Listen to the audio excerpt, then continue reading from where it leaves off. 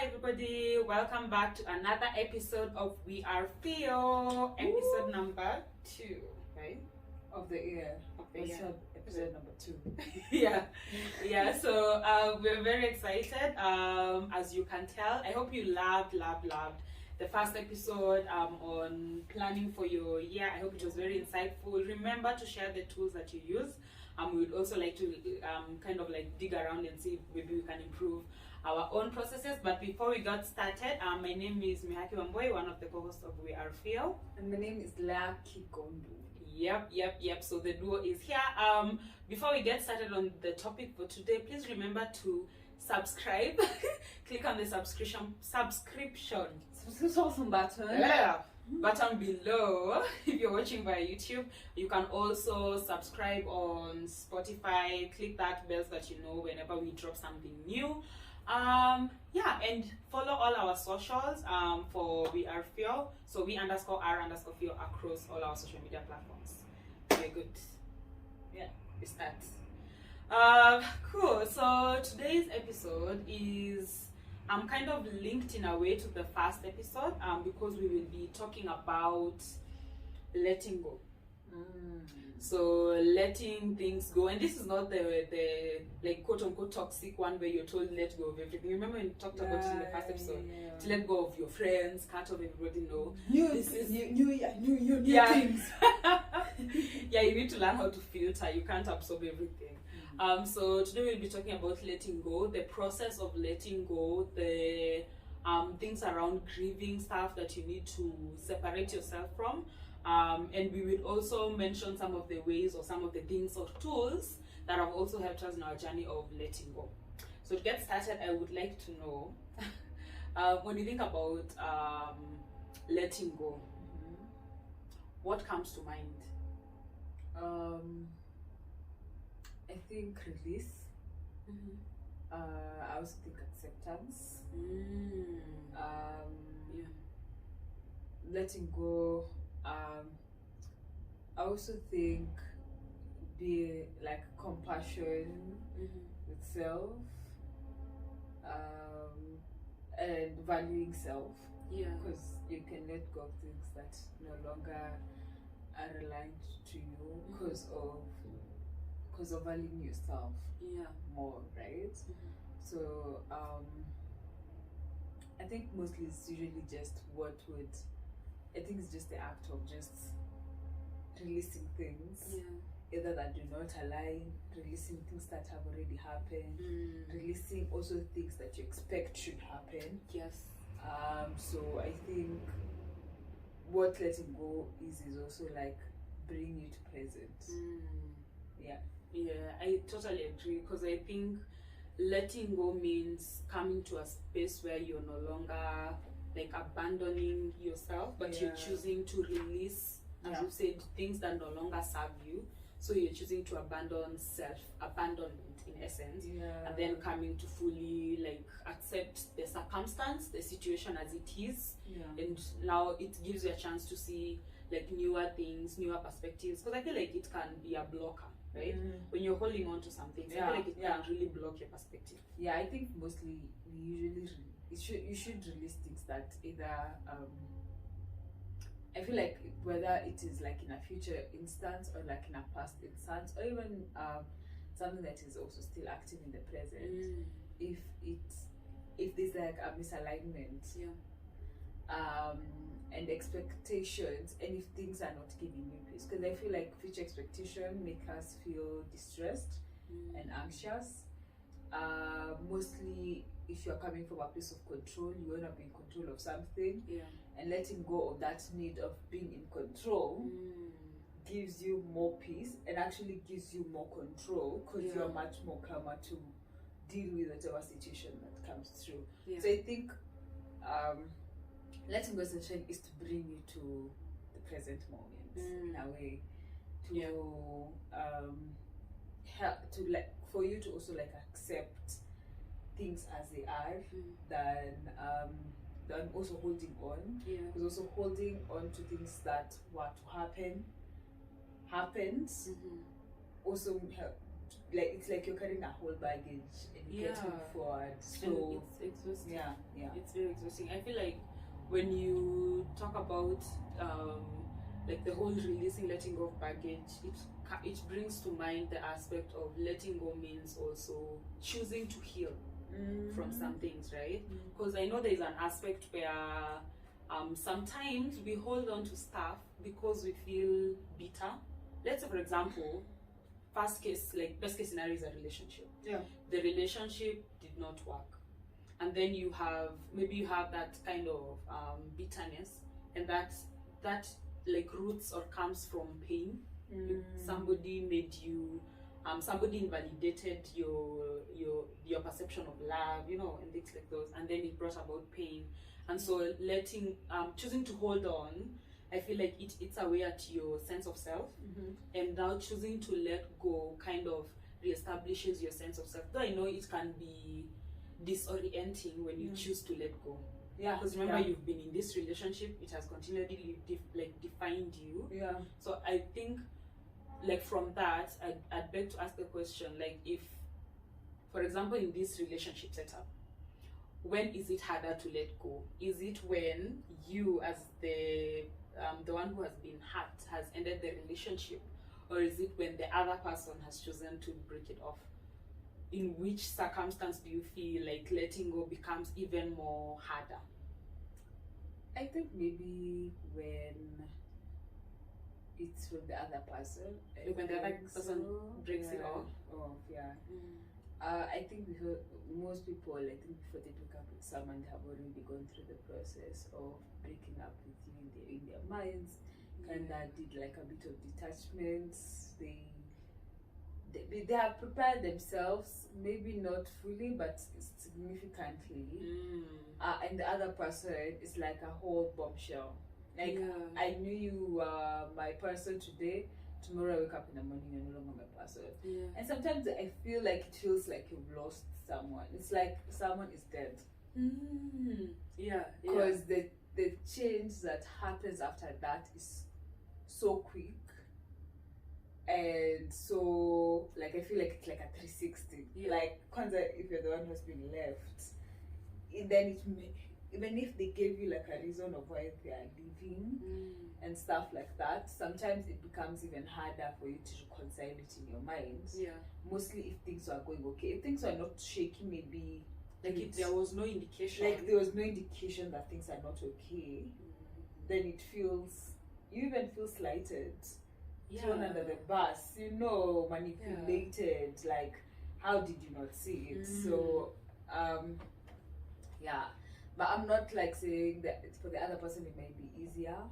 Maybe if for example it was something that is not so for example in a situation where maybe you're about to get married and your parents are like, no, there's a lot of issues, blah blah blah, and then I'm just like, you know what, I don't think you deserve this. I think you need to be in a place where you're more accepted.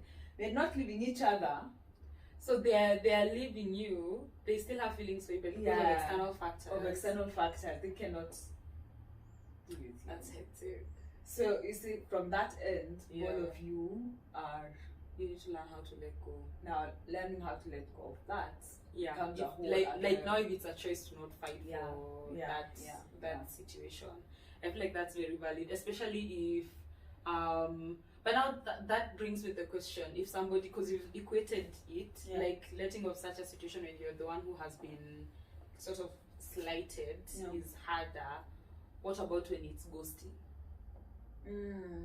I feel like that really tilts your balance. I feel like it removes the rug out of your feet, because you don't have an explanation. In your mind it doesn't make sense. So that's like you are having a conversation then. God forbid. I don't know if that's wood. This is not wood. I don't think so. Let's, for example, someone like you are talking to someone, then the following days are no longer there. And you know they're there. Like but their life is continuing, but for you it's not. But they are not there, like in such a way. And I feel like, me personally, I feel like ghosting is like one of the biggest emotional manipulation someone can have, like can do to someone. Yeah. Like I feel like it's like next near emotional abuse in a way. And it's because you took this person on a certain journey, then all of a sudden you're gone. Yeah. It's because maybe you don't want to confront something, or you don't want to say maybe I'm not interested, So or it's like taking you're not being clear. The cheapest way out. Yeah. At the expense of someone else's emotions. Yeah. And not, I feel like also at that point you're also quite selfish. I think so. Yeah. I usually say like it's usually better, mostly if you're gotten to a place like you can really communicate if you're not interested or something of the sort. I know kuna zile za 1 day 2 day the Talking stage. Talking stage alafu tu hata unashindwa what you'll say. Yeah. But like with a person that you have actually had even maybe like conversations, interaction, blah blah blah, and then you just like go off. Yeah. I think it really messes with someone's psyche because you're kind of like, okay, what's happening? You know, are they even okay? You even first worried about them. You know, you wanna check up on them. Then I think also like psychologically you feel like you need to push more. Try to communicate more, or like try to like impress them. Not like reach out more. Like you put more effort. And they're the ones who have cut off. You feel like you need to put more effort in a way. Yeah. But yeah, so I think it becomes harder even for the person who is being ghosted. I feel like a lot of people who talk about ghosting, or they've been in places that they've been ghosted before, including me. I think it's usually it's something that never leaves, and kind of also gives you like an abandonment wound. Oh, so even if you get into another situation, you're just like you're waiting. Talk or about you have more walls. Or you can even find someone that already married in uni, but that ghosting experience still makes them angry to today. Because it's just like what you just like disappeared. You know. That's very true. I think also similar to that kind of situation of cheating, it never leaves you. It never leaves you. You always have it at the back of your mind, even when you're venturing into new things.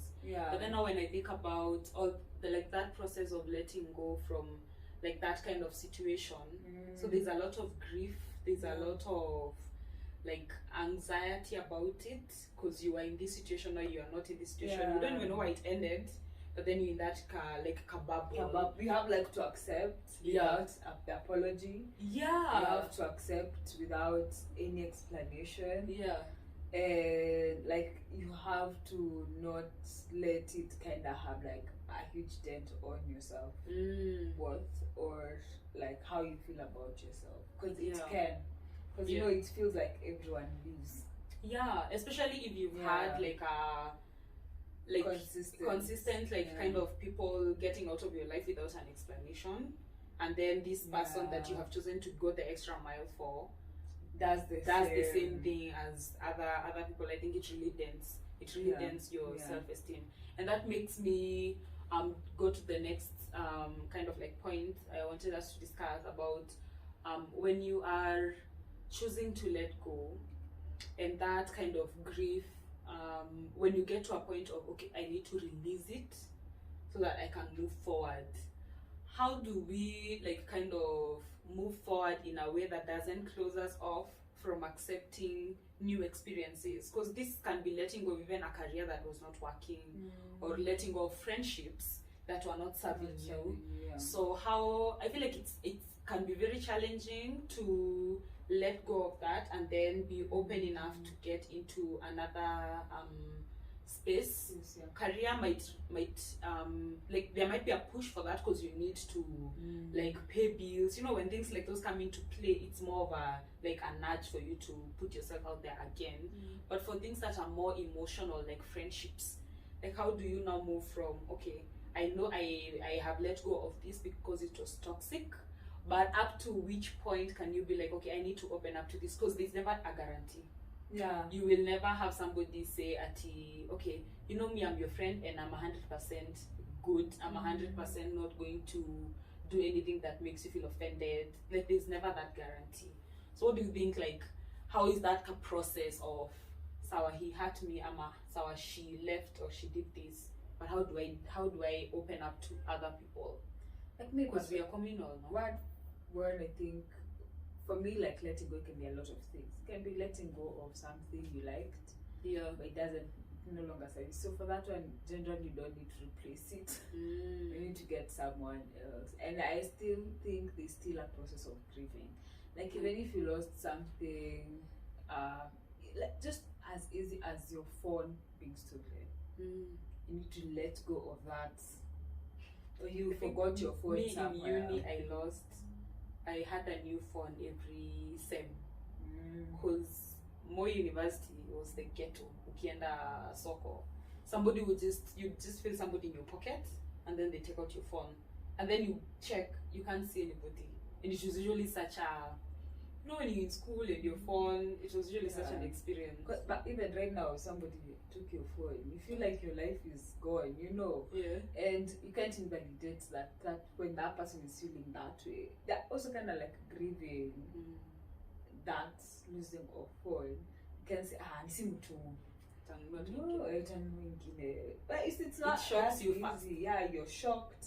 You can't believe you don't have a phone. You need to now start thinking. Now you to start thinking of how to get a new one, something that you are not planned for, something that was not in your mind, or maybe even have something urgent.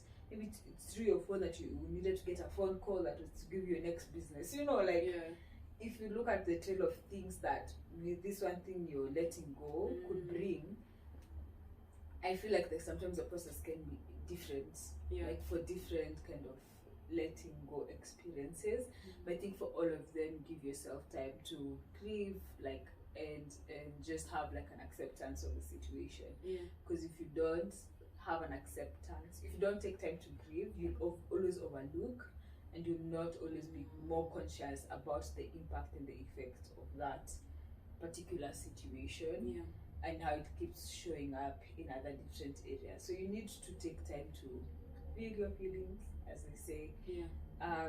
Take note of how you're feeling about yourself, how you're feeling about the situation. If you if you feel like you need to talk to someone else who can give you, or maybe if it's a therapist or a close friend or your spouse, or and if it's something that you're struggling with, just give just point to someone else who one can give you comfort, because comfort helps you feel much more calm. Like, if you're in a place where you feel safe and you feel loved, you're more likely to feel more calm, or let's say regulated, as they call it in psychology. More regulated and more calm for you to know what to do next, and then it helps you be more conscious of other actions and want to even be at a better place. You know, it's like you're in a place that is shiny and glowy. So what happens is your body produces, like, I think it's dopamine, so you start feeling good about yourself and stuff like that. That's what good relationships do. Or your community of people. It can be friends, can be family, can be your spouse and stuff. So sharing that with some people who care and create safe spaces for you really helps you process even the letting go. It even boosts your self-confidence and your self-love, because you feel like you still have people despite the situation that took place. And I feel like that is very grounding, especially if you were very immersed in that kind of maybe career, and you have no life other than your career. You have nothing else other than your business, nothing else other than your romantic relationship. I feel like having that sense of community grounds you enough and gives you it stabilizes you enough to kind of absorb from other people, because you absorb their energy as you try to find like your footing. And what did I want to say? But also, I think because letting go will always be a process. You know, like I feel like every year there's something you wanna let go, and sometimes letting go means getting out of your comfort zone. So maybe you need to get out of that job because you need to elevate. Yeah. So it's not always about loss. It can also be about taking the next step up. Yeah. And letting go of that comfort zone. So letting go of like sleeping more to go work out. Yeah. I feel it's still that kind of change still imbalances you. So letting go can also be you letting go of something so that you can take a bigger step. Yeah. You can take you can grow and accept new challenges, because if you still stay at the same place you are at, you do not experience growth and challenges. And also just trying to, it's so difficult, but I think it's also so important to have your life to be more dynamic. Yes, I totally agree. Like your life is not just work. Like you have other things that interest you, your hobbies. It can be like source out different kind of things. Like source out joy and happiness and maybe fulfillment from so many different other avenues. That even if this one avenue shuts, it doesn't like steal away from your whole life experience. Like it shuts you down to everything. And also being with around people who are more positive or like who emit good energy. You can be able to absorb that for yourself and just be like, oh yeah, this will happen. Like I know I'm not in a very healthy situation, but I have the confidence to get through this. But I wouldn't say there's also a timeline, man, because you feel like you have to let go of everything in December. And by the time you're in January, no, I don't think no matter what it is, like letting go is a process, and if you hadn't started that process before, you might still struggle with the same thing the following year. And you need to have grace and compassion for yourself to be able to see to see yourself through the whole process, no matter how long it takes. Don't feel like you need to rush it. Don't feel like you need to cover it up, or it can be like something so small, but it's like something that meant so much to you. It is valid if you're feeling like it's something that you love. Like it's valid, the feelings you're feeling because of letting it go. I totally agree. I agree. And then I'm also thinking that so that you get to the point of realizing you need to let something go, I think you need to appreciate the fact that you are aware enough to come to a position of this is something I need to release and let go. And with that, you also have in mind that releasing it is better for you. So I think the fact that you get to a position of you need to let something go is a testament of your own growth and your own sense of self and wanting good for yourself. Self-awareness, So I feel like it's very enlightening to get to that point and be like, you know what, this is not working for me and I need to let it go. And then you're not speaking for any other people. That's not an aspect of people pleasing.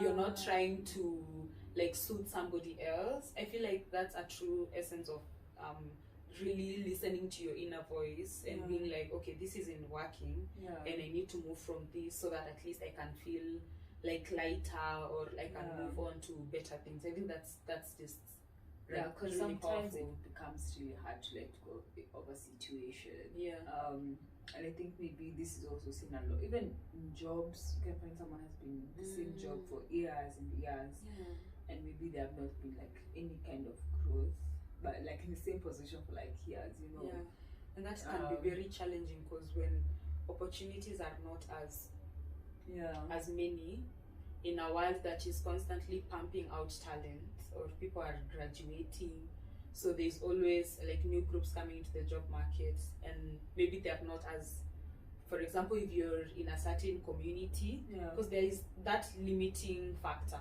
of where you are born or where you have been raised, so you cannot see as many opportunities as they are or actually are like globally.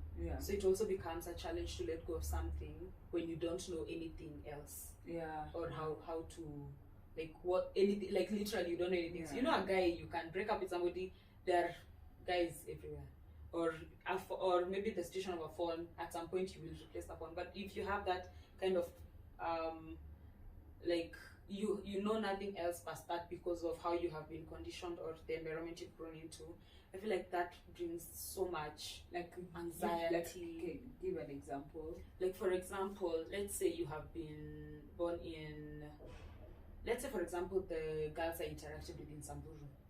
If not for the fact that there is that organization that is helping them see past just their circumstances of where, if you get I don't know the age of 9, or I don't know how old, you get married, you go through FGM and all that. If you know nothing else past that, it becomes harder to even realize that this is something you can choose not to be a part of, and let go of that kind of situation. Sometimes I feel the world can be very unfair, but if you get that kind of awareness of you can do better, have better, I feel like it's good to come to that sense of you need to let this go to access better things. Yeah. I think it becomes harder when that is your reality. It becomes harder when that's your reality. It also becomes harder if the situation that you're in supports a situation that you have gone through. Like so an abusive, like if you were maybe from an abusive home, then become in an abusive relationship, you might it's not like always, but you might struggle getting out of like toxic relationships because it affirms something that you already know, and our brains are always looking for things to affirm what you already know. So our brains are always looking, that's what Dr. Perry says, our brain, because when you're young you formed a blueprint, so everything you see, you always try to relate it to something that you already know. So when you don't know any better, though our brains can change and it can learn and it's malleable, but most times our brain are always looking to affirm those feelings, and that's why the healing process is not usually easy, because it's more like changing your mechanism of all the like all the data that you have had before. You have to like cancel it and now start developing, like putting in more data, and then this machine learning thing has to process it. So it becomes difficult to let go of things where like things are like taught to you in a certain way, you know, and even it can be even like good, because I remember, for example, there's the Jeric podcast when Jeric said like for her when she used to take the boyfriend to the friend the sleepover.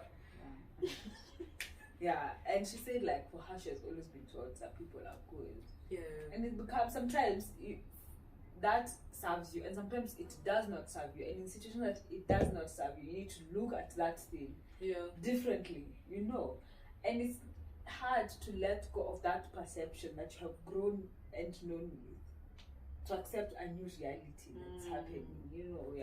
So and it's hard to reconcile that, but I think at the end of the day, just small steps. I think letting go should be small steps. I think if you push it, I think you're more likely to rebound. Not like, to revenge rebound, like go back. It's like getting off of drugs once. Like today, Kesha say. Like Kesha say to me your stuff. You're more likely to go back rather than doing it kidogo until it's a process. And for me, last year I appreciated like what process can do. Process can do a lot. Like accepting that the situations you're going through is a process and it's not a one-time thing. I think it's so important. Even like the understanding of who you are, and not having like a fixated mind of who you are.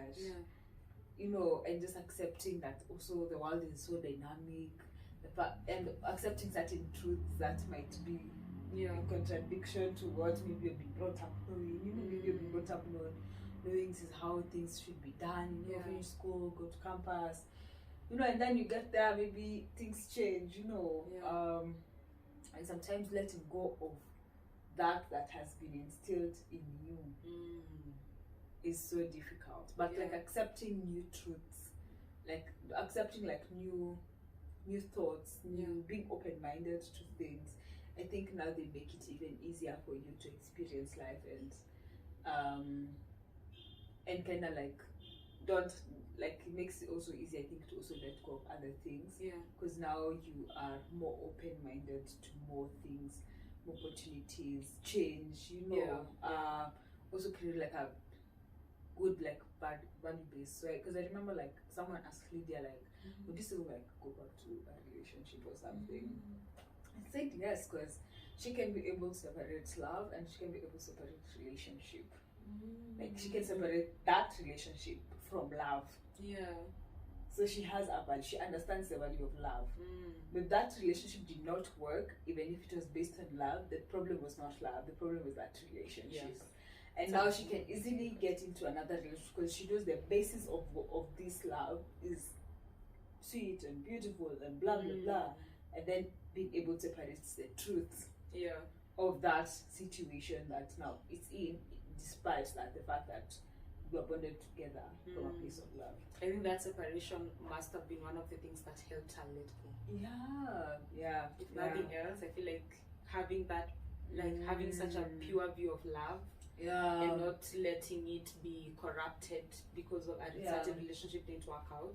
I feel that that kind of purity really might have been the biggest thing maybe that helped her get through it. Yeah, and I think also just take time if you're having something to let go. Take time off, maybe for example, if you want to let go of like partying a lot, you know, like take time to maybe first change like the structure of you not going out. So if on Fridays usually that's you used to go out on Friday, Saturday, Sunday, find activities that are not party related that also like takes up that time, or like take up a new hobby to fill in that space that you needed to, or that time that you used to give to a certain thing that you're letting go, so that you don't feel like now there's this space and it needs to be filled. So there's a and void. You're not, there's a void. So you can try and see what can you do. Maybe it can be spending more time with family and friends, you know.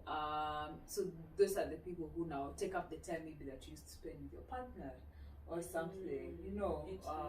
Maybe taking time to do something that you have always wanted to try out but you've never had the time, so you utilize that opportunity.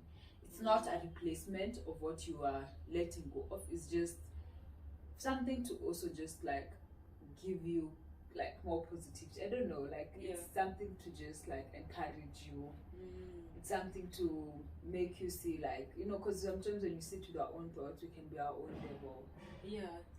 As long as you're not running away from how as you're long as feeling you know, about it, as long as you're not running away, I think that's pretty valid. And this last thing is when you talk about you mentioned like something like partying, which I think can be, especially if you are very into the lifestyle, I feel like one of the things that you would need to accept is you might lose your friends in that journey. You might lose people as you try to make better decisions for you. And I feel like if you are setting a boundary for your own sanity, for your own like health and all those things, I understand it, you can feel guilty about it, but I think at the end of the day you have to look at the bigger picture of what if you continue at certain trajectory or holding on to something that is not serving you, the bigger picture is it will inevitably harm you and harm the people you actually care about and people who actually care about you.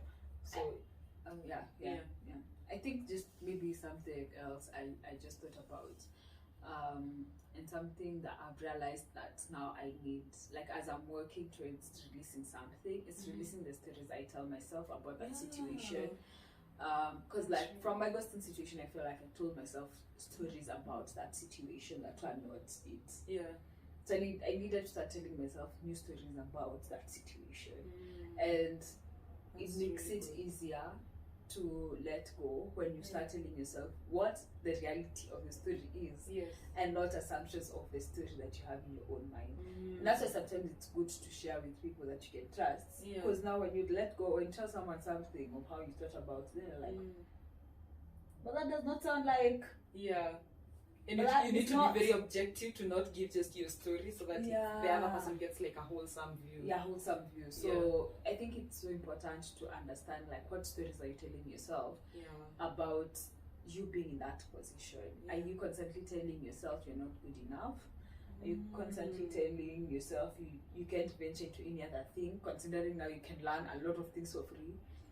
Like, what stories are you having in your mind in regards to that situation that are also holding you back from letting go? Yes. Yeah. That's a very good point. One day we will discuss further, especially in terms of how a broken relationship, like my first relationship, really messed me up in terms of perception and getting into a new one. So letting go of that has been one of the things that has really been big for me. So but they say there's something called like, they call it like traumatic wisdom, which is not bad. Yes, it's not bad. It's on that. What happened to you? And it doesn't mean. When I mean, for me, my purpose was like in this episode to just be like, letting go can be letting go about anything. You can be even letting go of a pen. We walk up with Chiako for years. People are like me, like me. I think I can hold pens. So such things. It can be letting go of such things, and it's validated, even if it's a small thing. That whatever feeling, or the feeling of not having it anymore is validated, no matter how small it is. And even for the big things that you need to let go, and everything is a process. Just be kind to yourself, be compassionate to yourself. For me, it took me years to process the whole ghosting situation, because it also marked me. And I feel like until I started like dealing with it, letting go became easier. Like I started accepting that situation is actually happening. The process became way easier, and letting go of the need of the other person to come in, like apologize or give me closure, or like so I removed like power from them to power to me. So it can be that, and be compassionate to yourself. Like even if you wanted to let go of drinking this year, you can do it. And if you go back, don't be like, you can't even do anything.